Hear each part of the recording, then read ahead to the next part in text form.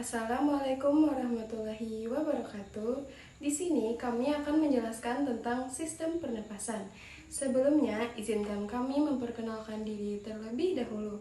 Perkenalkan, saya Farah Askia Salsabella. Saya Yolanda Dwi Azhara Permatasari. Saya Via. Jadi, kami akan menjelaskan tentang sistem pernapasan dimulai dari saya. Oke, kita lanjut. Sebelumnya, kalian tahu gak tentang sistem pernapasan itu dan gimana anatominya? Pernafasan atau respirasi adalah suatu proses pengambilan udara yang mengandung oksigen, pengeluaran karbon dioksida ke lingkungan. Oksigen yang dibutuhkan untuk proses respirasi sel ini berasal dari atmosfer yang menyediakan kandungan gas oksigen sebanyak 21% seluruh gas yang ada.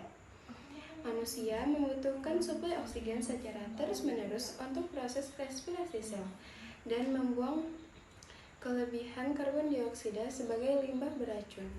Produk dari proses tersebut, pertukaran gas antara oksigen dengan karbon dioksida dilakukan agar proses respirasi sel terus berlangsung. Respirasi dapat dibedakan atas dua jenis, yaitu respirasi luar, pertukaran antara O2 dan CO2 antara darah dan udara. Respirasi dalam pertukaran O2 dan CO2 dari aliran darah ke sel-sel tubuh. Respirasi dilakukan dengan dua cara, yaitu satu respirasi dada. Otot antar tulang rusuk luar berkontraksi atau mengerut, tulang rusuk terangkat ke atas. Rongga dada membesar yang mengakibatkan tekanan udara dalam dada kecil sehingga udara masuk ke dalam badan. 2. Respirasi perut. Otot diafragma pada perut mengalami kontraksi diafragma dasar. Volume rongga dada menjadi besar yang mengakibatkan tekanan udara pada dada mengecil sehingga udara masuk ke dalam paru-paru. Alat-alat pernapasan yaitu yang pertama ada cavum nasalis, rongga hidung, kedua paring tenggorokan, ketiga laring pangkal tenggorokan, keempat trakea batang tenggorokan, 5 bronkus cabang batang tenggorokan, dan keenam pulma paru-paru. Hidung adalah organ indera penciuman, ujung saraf yang mendeteksi penciuman berada di atap langit-langit. Hidung di area lempeng, cribriformis, tulang, etmoid, dan konka superior. Udara dari luar akan masuk lewat rongga hidung, cavum nasalis. Dalam selaput lendir terdapat kelenjar minyak, kelenjar sebasea, dan kelenjar keringat. Kelenjar sudorifera. Juga terdapat konka yang mempunyai kapiler darah yang berfungsi menghangatkan udara yang masuk.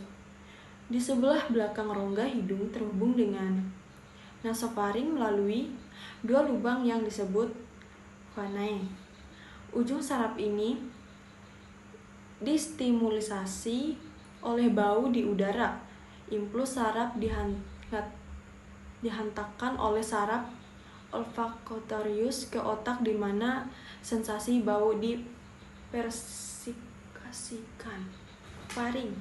Faring adalah pipa berotot yang berjalan dari dasar tengkorak sampai persambungannya dengan esofagus pada ketinggian tulang rawan krikoid. Faring merupakan percabangan 2 saluran yang menghubungkan mulut orofaring dan kerongkongan nasofaring. Faring memiliki panjang 12-14 cm dan memanjang dari dasar tengkorak hingga vertebra cervicalis ke-6. Udara yang telah sampai ke faring telah diatur kelembapannya sehingga hampir bebas debu, bersuhu mendekati suhu tubuh.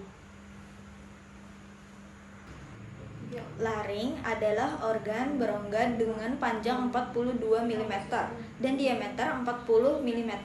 Terletak antara faring dan trakea. Di dinding dibentukkan oleh tulang rawan tiroid dan kiroid.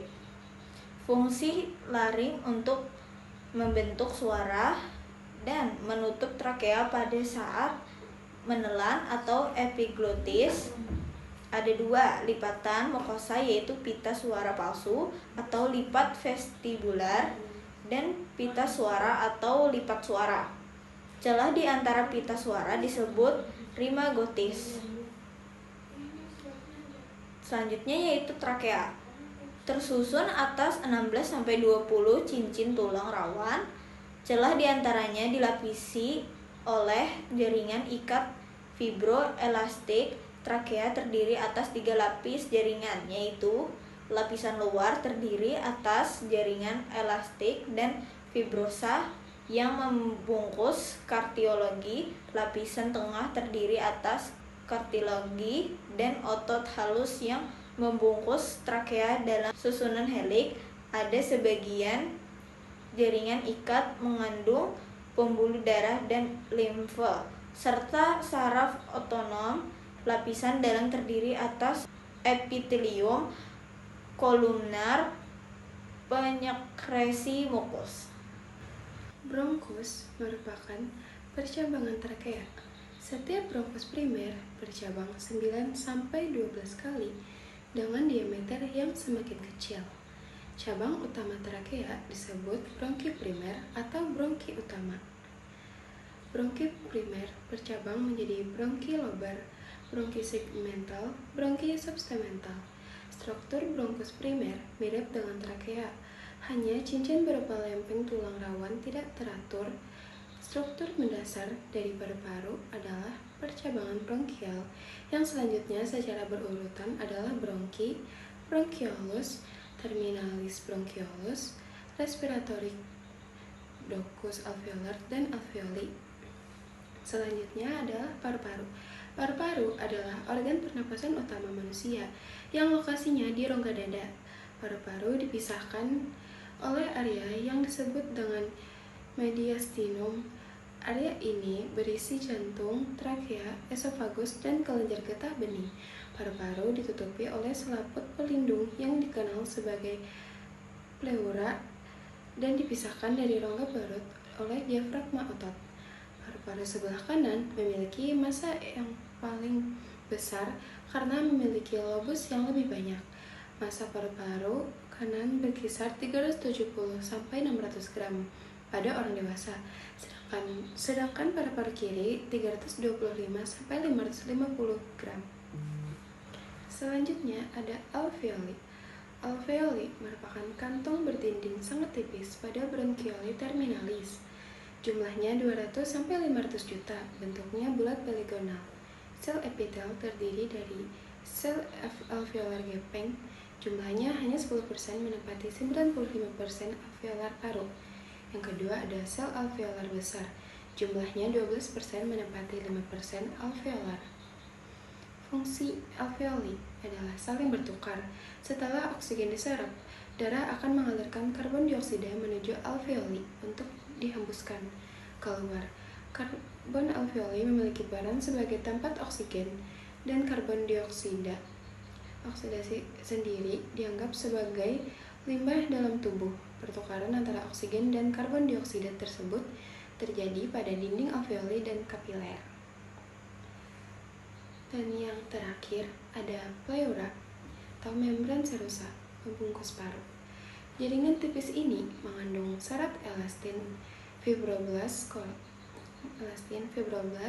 kolagen yang melekat pada paru disebut pleura visceral, yang melekat pada dinding toraks disebut pleura parietal. Di antara pleura visceral dan pleura parietal terdapat cairan pleura yang berfungsi sebagai pelumas sehingga memungkinkan pergerakan dan pengembangan paru secara bebas tanpa ada gesekan dengan dinding dada. Ciri khas mengandung banyak kapiler dan pembuluh limfe. Saraf adalah cabang ptericus dan interkosal. Fungsi pleura yang pertama ada membantu mengoptimalkan fungsi paru-paru saat pernapasan. Yang kedua, sebagai kantong tempat paru-paru menukar oksigen dari udara dengan karbon dioksida yang ada di darah. Dan yang ketiga, fungsi mekanis pleura adalah meneruskan tekanan negatif toraks ke dalam paru-paru. Sekian dari kami, mohon maaf jika ada salah. Assalamualaikum warahmatullahi wabarakatuh.